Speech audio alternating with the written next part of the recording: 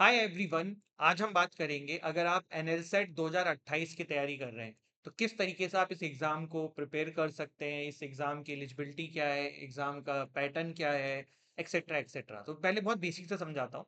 एनएलसेट है क्या? एनएलएसआईयू बेंगलुरु, जो कि इंडिया का बेस्ट लॉ कॉलेज है, नो डाउट। उसका एक एंट्रेंस टेस्ट है जिसका नाम एनएलसेट रखा गया है।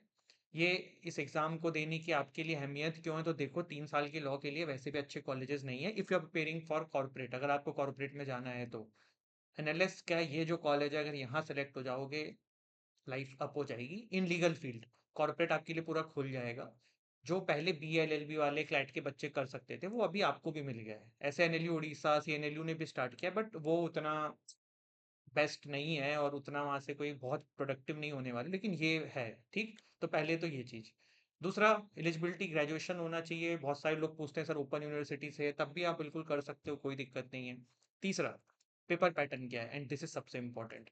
मेरे हिसाब से NL set one of the toughest exam है, बट इसका मतलब ये नहीं है कि आप पेपर निकाल नहीं सकते हो। तरीके से पढ़ोगे एग्जाम क्रैक कर लोगे, कोई इशू नहीं है। तो ये जो पेपर है, इसमें पार्ट ए आता है, पार्ट बी आता है, ठीक। मैं आपको पूरा डिटेल में समझा रहा हूँ, ध्यान से सुनना। कुछ बहुत बेसिक चीजें हैं पर यहीं पे मिस कर देते हो। कोई भी एग्जाम जीवन में देना है ना, उसका सिलेबस तो अच्छे से आना चाहिए।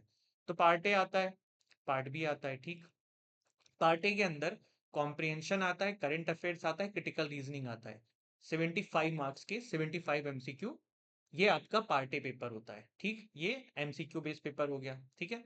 पार्ट बी जो होता है वो आपका डिस्क्रिप्टिव होता है। उसमें legal aptitude, legal answer writing plus एक एसे, ये जो एनालिटिकल एबिलिटी लिखा हुआ है इसको आप एसे बोल दो, ठीक। तो आपके 6 क्वेश्चंस 12 मार्क्स के लीगल आंसर राइटिंग के रहते हैं।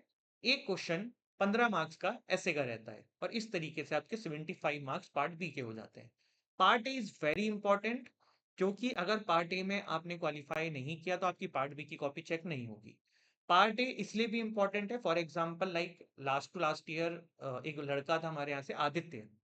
वो सेलेक्ट हुआ था एनालिस्ट में, ठीक है। तो उसका 100 मार्क्स आए थे। तो मैंने देखा कि 100 मार्क्स में ना 65 मार्क्स पार्ट ए में थे, पार्ट बी में मार्क्स नहीं थे। एंड लास्ट ईयर अविलोकिता निकली थी रैंक 2, तो she also scored very well in part A. तो होता क्यों है ऐसा?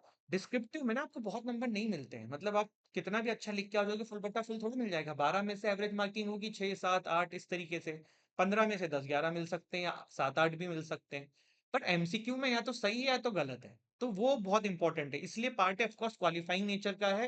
प्लस ये आपकी रैंक लाने में भी हेल्प करेगा, ठीक है। तो ये बहुत इंपॉर्टेंट चीज है। एक और बहुत की एस्पेक्ट है कि जो एमसीक्यू वाला जो पहला पार्ट है ना, इसमें 1/4 नेगेटिव है। अनअटेम्प्टेड पे भी गलत करोगे तो भी 1/4 नेगेटिव है। अनअटेम्प्ट करके आओगे तो भी 1/4 नेगेटिव है। ये ध्यान रखना, ठीक है।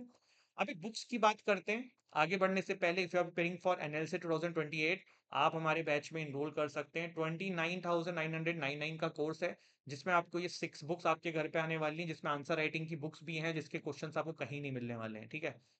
वो बहुत इंपॉर्टेंट चीज है। Apart from it, live classes हैं, पर्सनल मेंटरशिप है, मॉक टेस्ट हैं।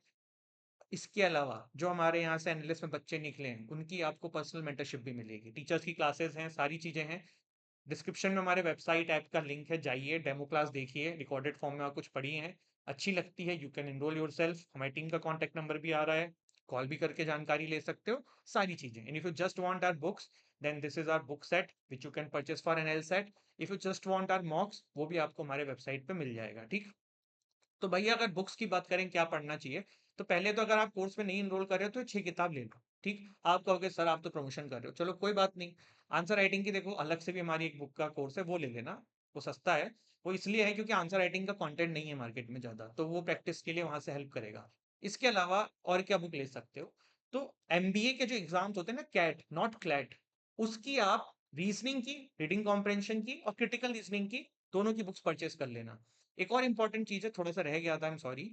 पार्ट ए में जो ये क्वेश्चंस आते हैं ना, ये 3 सेक्शंस में नहीं आते हैं कि करंट अफेयर 25 मार्क्स 25 मार्क्स, ये नहीं। एक पैसेज आएगा बड़ा, उसी में आपको करंट अफेयर के भी क्वेश्चन मिलेंगे, उसी में आपको सीआर के भी मिलेंगे, उसी में आरसी के मिलेंगे, ठीक। फिर दूसरा पैसेज, फिर कंबाइन क्वेश्चन, फिर तीसरा पैसेज कंबाइन क्वेश्चन, इस तरीके से रहता है। तो कैट के लिए मैंने आपको बोला कि कैट की एमबीए की जो रीडिंग कॉम्प्रेशन और सीआर की बुक होती है वो परचेस कर लो। हाई लेवल की रहती है, आपके लिए काफी हेल्पफुल रहेगी। एपी भारद्वाज मैं इसलिए कह रहा हूँ कि लीगल ना थोड़ा सा समझने में, basic understanding of tort, criminal contact, अगर कोचिंग ले रखी है तो ये सब पढ़ाया जाएगा, नहीं ले रखी है तो ये बुक से थोड़ा बेसिक अंडरस्टैंडिंग बना लेना। लेकिन वहां पे थ्योरेटिकल लीगल नहीं आती है कि टॉर्ट क्या होता है, वाइकेरियस लायबिलिटी क्या होती है, नहीं, वो आपसे कुछ सिचुएशन देते हैं, फिर एज ए जज की तरह आपको उस पर डिसीजन देना होता है, तो आपके एनालिटिकल अप्रोच देखते हैं। सेम इन ऐसे ऐसे वो आपको जो है ना वो करंट अफेयर्स पे देते हैं। ठीक, तो ये आपका इसका हुआ। करंट अफेयर के लिए कोई भी यूपीएससी की मैगजीन उठा लो, एक इनसाइट्स ऑन इंडिया करके वेबसाइट है, उनकी करंट अफेयर की मंथली मैगजीन ले लो। मैं यूपीएससी की इसलिए बोल रहा हूँ क्योंकि आपका करंट अफेयर में ऐसे भी आता है, तो वो वहां भी आपको हेल्प करेगी। ठीक है, तो this is about this exam, and you wish if you wish you can prepare from plate point, and कोई डाउट हो तो कमेंट सेक्शन में जरूर रखिएगा। I will definitely try to answer it. Thank you so much.